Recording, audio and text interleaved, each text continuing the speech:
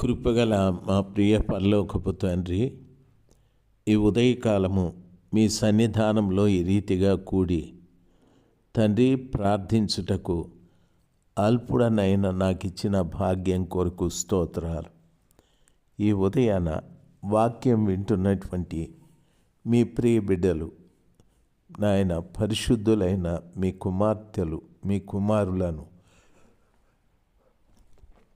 మీరు తండ్రి మరలా ఒక్కసారి ఉత్తేజపరచండి. మీ బిడ్డలు తిరిగి ప్రభ మీలో స్థిరపడి బలపడు రీతిగా పరిశుద్ధమైన ఆలోచనలు, తలంపులు పుట్టించండి.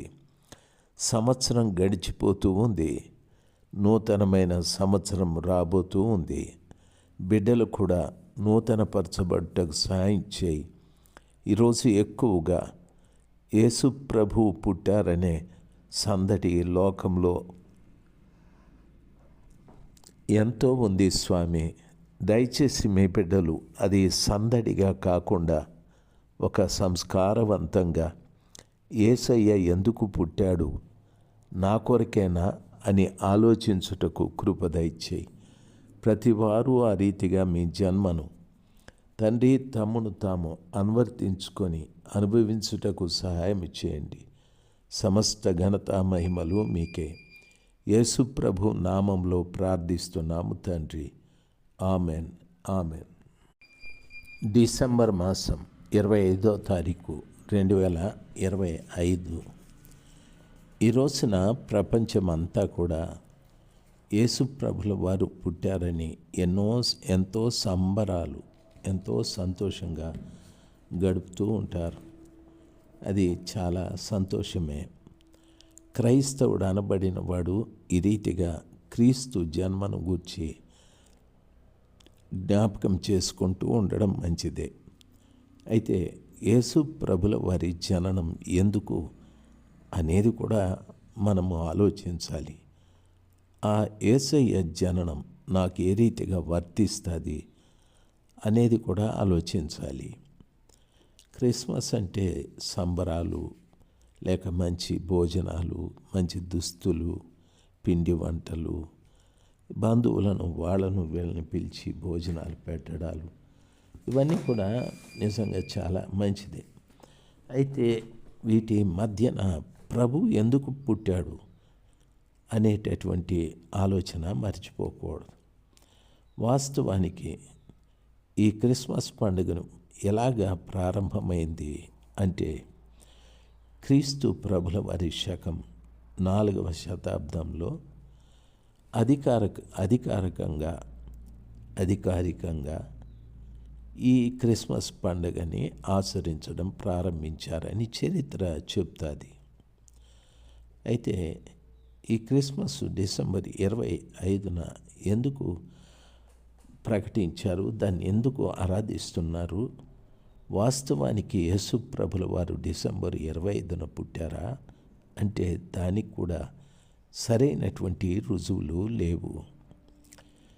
అయితే రోమా సామ్రాజ్యంలో అప్పట్లో సూర్యదేవుని పండగను ఆచరించేవారు.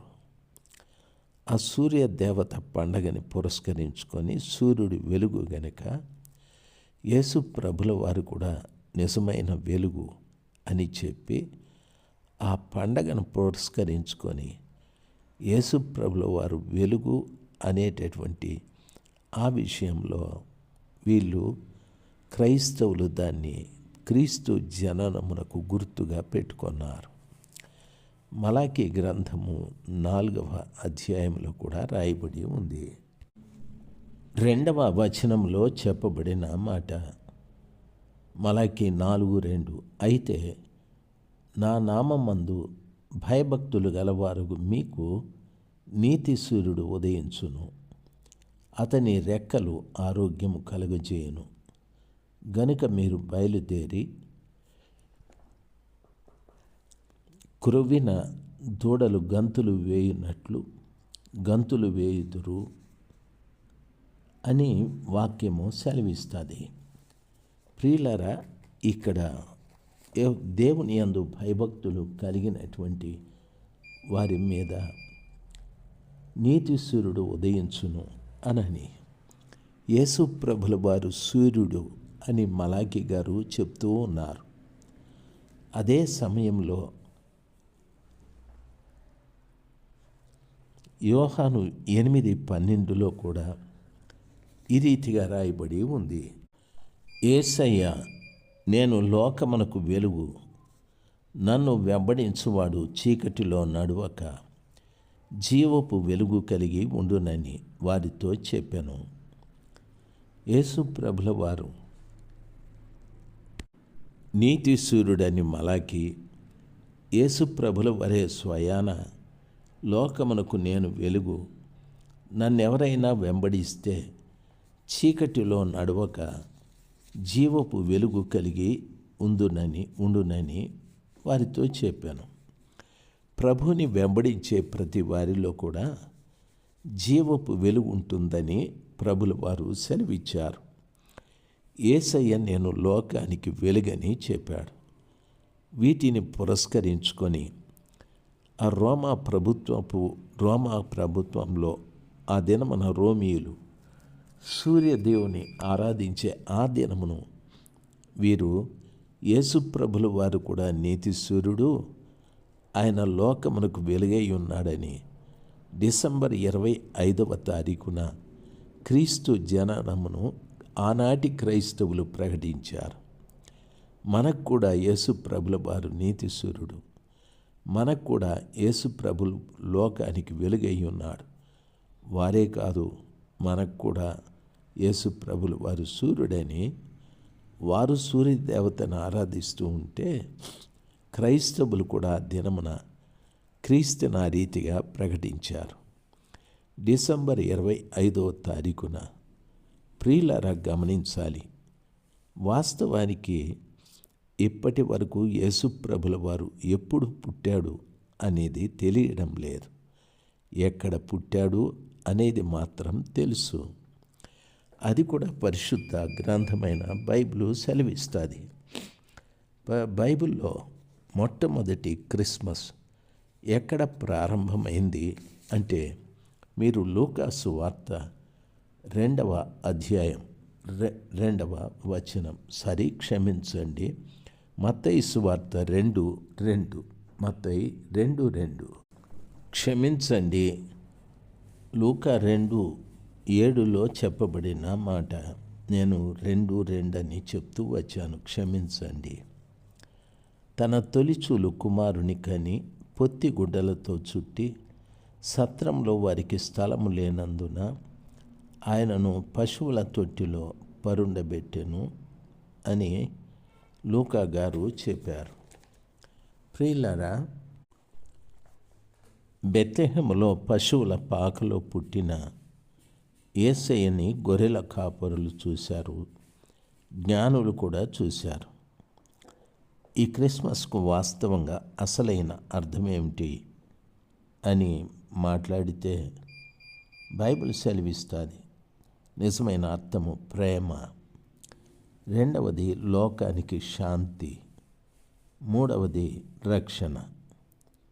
ఇవి క్రిస్మస్లో ఉన్న ప్రత్యేకత, ప్రభుల వారి జననమునకు కారణాలు. ప్రియులారా గమనించాలి, బైబిల్లో చెప్పబడిన రీతిగా యోహాను 3:16లో ఈ రీతిగా రాయబడి ఉంది, నేనెంతో లోకాన్ని ప్రేమించానని. అంటే దేవుడు లోకమును ఎంతో ప్రేమించాడని వాక్యము సెలవిస్తుంది. లోకాన్ని ప్రేమించిన ప్రేమకు అవధులు లేకుండా ప్రేమించాడు. రెండవది 14వ అధ్యాయం 27వ వచనాన్ని చదివినట్లయితే అక్కడ ఈ రీతిగా రాయబడి ఉంది, శాంతి మీకు అనుగ్రహించి వెళ్ళుచున్నాను, నా శాంతినే మీకు అనుగ్రహించుచున్నాను, లోకం ఇచ్చినట్టుగా కాదు, నేను మీకు అనుగ్రహించటలేదు. మీ హృదయమును కలవరపడనీయకండి, వెరవనీయకండి అని ప్రభుల వారు స్పష్టంగా సెలవిచ్చాడు. ప్రియులారా గమనించవలసిన విషయం, ఆయన చెప్పిన మాట ఎంత గొప్ప మాట. శాంతిని మీకు అనుగ్రహిస్తానే అని చెప్పాడు. అంటే సమాధానము అని అర్థం. లోకం ఇచ్చినట్టుగా కాదు, నా సమాధానమే, నా శాంతినే మీకు అనుగ్రహిస్తానని చెప్పాడు. దేవుని వాక్యంలో 1 యోహాను పత్రిక 2వ అధ్యాయం 2వ వచనంలో చదువుకున్నట్లయితే, ఆయనే మన పాపములకు శాంతికరమై ఉన్నాడు. అంటే దాని అర్థము ప్రాయశ్చిత్తమై ఉన్నాడు అని అర్థం. మన పాపములకు మాత్రమే కాదు, సర్వలోకమునకును శాంతికరమై ఉన్నాడు అని వాక్యము సెలవిస్తుంది. ప్రియులారా, ఆయనే మన పాపములకు శాంతికరమై ఉన్నాడు, అంటే ప్రాయశ్చిత్తమై ఉన్నాడు. మన కోసమే కాదు, సర్వలోకమునకు శాంతికరమై ఉన్నాడు. సర్వలోకంలో ఉన్న ప్రజలకు, వారెవరైనా కానీ, వాళ్ళందరి పాపముల కొరకు ప్రాయశ్చిత్తాన్ని కలిగించటానికే యేసుప్రభుల వారు వచ్చారని వాక్యము సెలవిస్తుంది. దయచేసి యేసుప్రభుల వారి జననము యొక్క ఉద్దేశాలు మీకు చెప్పాను. ప్రభు ఎక్కడ పుట్టాడు అని మీకు చెప్పాను. కాబట్టి సంబరాల వైపు కాక సర్వశక్తిమంతుడైన దేవుని వైపు మనం తిరగడం మంచిది. ఆయన నా పాపముల కొరకు ప్రాయశ్చిత్తపడ్డాడు గనుక, ప్రాయశ్చిత్తం చేశాడు గనుక నా పాపములన్నీ ఆయనకు నేను అప్పగిస్తానని మంచి మనసుతో ప్రభు దగ్గర మనం ప్రార్థింతుముగాక. Amen, amen.